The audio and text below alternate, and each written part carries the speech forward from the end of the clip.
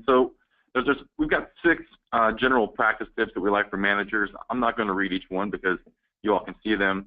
But I think a couple that really stick out are, using respectful language, being professional in our workplace environment. It's obvious. There's probably people on the call going, yeah, Greg, we already know that. You don't have to tell us to be respectful. But I think reiterating that in coaching.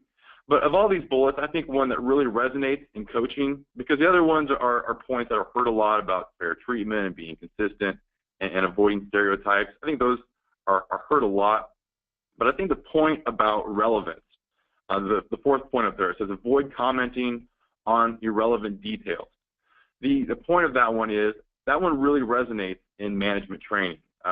Jamie and I have both been at lots of different companies. We've been at a hospice company coaching together. We've been at waste facilities. We've been at accounting firms.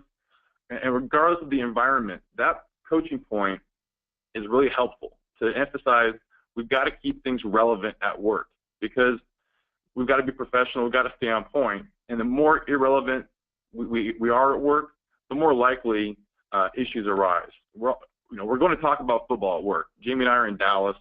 You can't walk anywhere without talking about the Cowboys. So people are going to talk about the Cowboys at work. They're going to talk about the game. But the more we talk about that irrelevant information, the more we talk about it and continue down those long conversations, we're going to talk about people taking a knee for the pledge.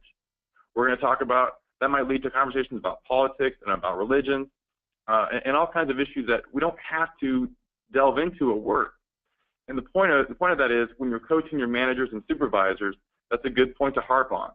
And the point is to stay relevant. Yeah, you got to talk about football. You got to talk about what the kids were doing last weekend or vacations. But they've got to be able to be trained and coached to cut that off. Talk about the football game, talk about the Cowboys, and then talk about how busy you are. It's okay to cut off that conversation by talking about how busy you are or that leak that's happening out in the facility, the routes for the trucks that are having some kind of issue.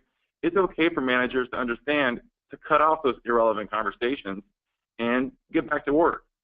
It's good to coach them up about that to stay relevant. The more relevant they are, the more professional they are, the better it is for our ability to coach them up and be professional and stay on point at work.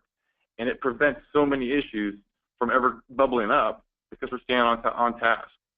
And like I said, whether I'm at a waste management facility or an accounting firm, very different environments. But the best managers I've met with have the same topic, that they're professional and they stay on task and they stay relevant at work.